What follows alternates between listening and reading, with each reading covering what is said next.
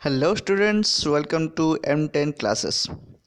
Today our topic is quadratic equation, that is chapter 4 of CBSE Mathematics class 10th book.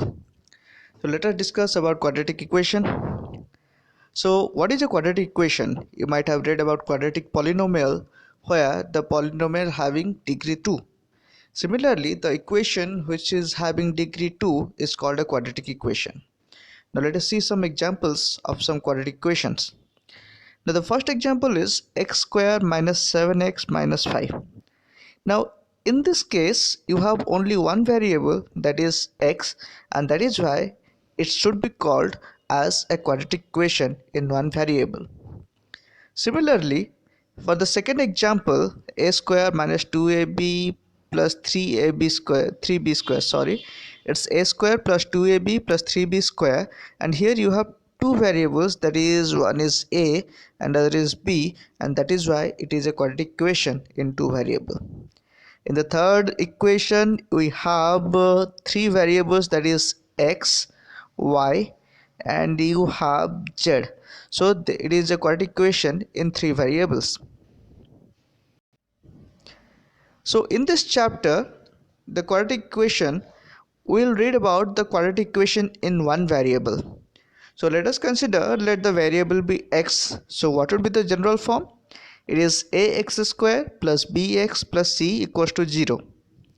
So here the a, b, c are coefficients and are real numbers, and a should not be equals to 0.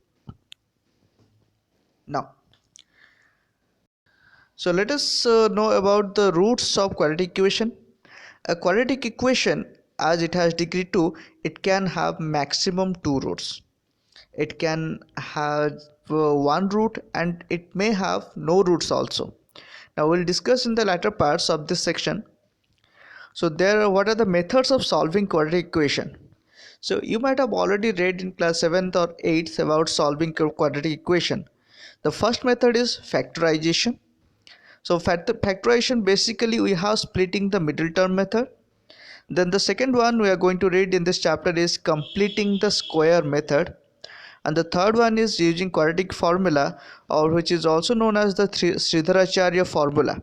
Sridharacharya, one of the mathematicians, Indian mathematicians, who has derived this quadratic formula. So first of all, in the first case, we'll see an example having splitting the middle term, which you have already read in previous classes. So first one is x square minus 3x minus, you might have read about x plus a whole into x plus b, which gives a quadratic equation, that is x square whole into a plus b into x plus ab. That means the middle term is in the form a plus b and the third term is in the form of ab. So we are going to split or divide the middle terms in terms of a plus b. Now if you have 10, it can has the combination of 2 and 5. So if you take a and we are going to get minus 3, so we can get minus 5 plus 3. So here we can divide it as x square minus 5x plus 2x minus 10, and by solving it we are going to get x minus 5 whole into x plus 2 equals to 0. Now here x minus 5 and x plus 2 are the factors, but we need to find the roots, which means the zeros, that means the value of x. Now x minus 5 equals to 0, by equating we'll get x equals to 5, and similarly we'll get x plus 2 equals to 0, that is x equals to minus 2. So x equals to 5 and x equals to minus 2 are the roots of the equation. Now we'll discuss the second method, that is the completing the square method. So as the name suggests, we have to complete the square. That means we have to keep it in the form of a plus b whole square or a minus b whole square. Now we'll see through this example. Now let us, this is a numerical from exercise 4.3, question number 1. We have to find the root of 2x square minus 7x plus 3 equals to 0 using completing the square method. Now the problem is 2x square minus 7x plus 3. Now the trick is always make the coefficient of x square as unit or unitary, that is 1. So here the coefficient of x square is 2. So to make it unitary or 1, we have to divide it by 2. So first of all, we will take 3 to the right hand side. So we will get 2x square minus 7x equals to minus 3. And by now you have to make the coefficient of x square as 1. So you have to divide 2. So dividing both sides by 2, you are going to get x square minus 7x by 2 is equals to minus 3 by 2. Now see, it is in the form of a square, it is in the form of 2ab.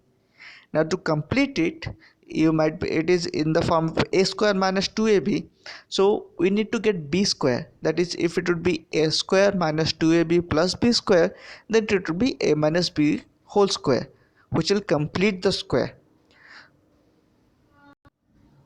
So now here I have written it in the form of x square, or that is a square minus 2 into a. Now how to find b? Listen, I am going to giving you a simple trick. See here, the coefficient of x is 7 by 2. So whatever will be the coefficient of x, you just multiply it with 1 by 2. I will get the value b. So if it is 7 by 2, I am going to multiply 1 by 2, you will get 7 by 4. So what is the value of b? That is your 7 by 4. And what would be b square? That is 7 by 4 whole square. Now listen, so here we have to add this b square on both the sides. So it is a square minus 2ab plus b square, and here also I am going to add it on the right hand side. It is minus 3 by 2 plus 7 by 4 whole square. That is, so here we have got x minus 7 by 4 whole square, and minus 3 by 2 plus 14 by 1 6. So by solving it, you are getting 25 by 16. What would be x minus 7 by 4? It would be the root over of 25 by 1 6, and it would be plus minus 25 by 1 6, square root of 25 by 1 6. So the answer we'll get is plus 5 by 4 and minus 5 by 4. So what are you going to do? You are going to compare this x minus 7 by 4 with plus 5 by 4, and x minus 7 by 4 with minus 5 by 4. And by equating, you will get two roots, that is 3 and minus 1 by 2. It is 1 by 2. So what are the roots of the equation? That is x equals to 3 or x equals to 1 by 2. Now why it is important? This completing the square method will be used in deriving the quadratic formula. Now let us see how to find out this quadratic formula, or which is also known as Sridharacharya's formula. We'll start from the general equation of quadratic equation, general form of a quadratic equation, that is x square plus bx plus c equals to 0. As we have already seen, while solving our numerical through completing the square method, we have to take the third term to the right hand side. So I have taken it as minus c, it would be minus c. Again, I have told you the coefficient of x square should be unitary or 1. So that is why I have divided a on both sides. So you are getting x square plus bx by a is equals to minus c by a. Now next I have to keep it in the form of a square plus 2ab. So here you can see this. I have told you whatever with the coefficient of x, you just multiply it with 1 by 2, you'll get the find of b, to complete it in the form of a square plus 2ab plus b square. So here you have the coefficient b by a, and if I am multiplying 1 by 2, you are going to get b by 2a. Now see here, we have added b by 2a whole square. On right hand side also we have added the same. Now it is in the form of a square plus 2ab plus b square. So it is a plus b whole square, and by solving it you are going to get here b square minus 4ac divided by 4a square. Now if x plus b by 2a whole square is b square minus 4ac divided by 4a square, what would be x plus b by 2a? It would be plus minus square root of b square minus 4ac divided by 2a. To find the value of x, what would you do? It would be x equals to minus b by 2a plus minus b square minus 4ac divided by 2a. Taking the LCM, we will get minus b plus minus b square minus 4ac root over divided by 2a. Now we know that quadratic equation has two roots. So what would be the two roots here? It would be x equals to minus b plus square root of b square minus 4ac divided by 2a.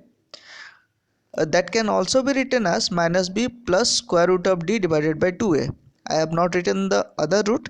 It would be minus b square minus 4ac divided by 2a.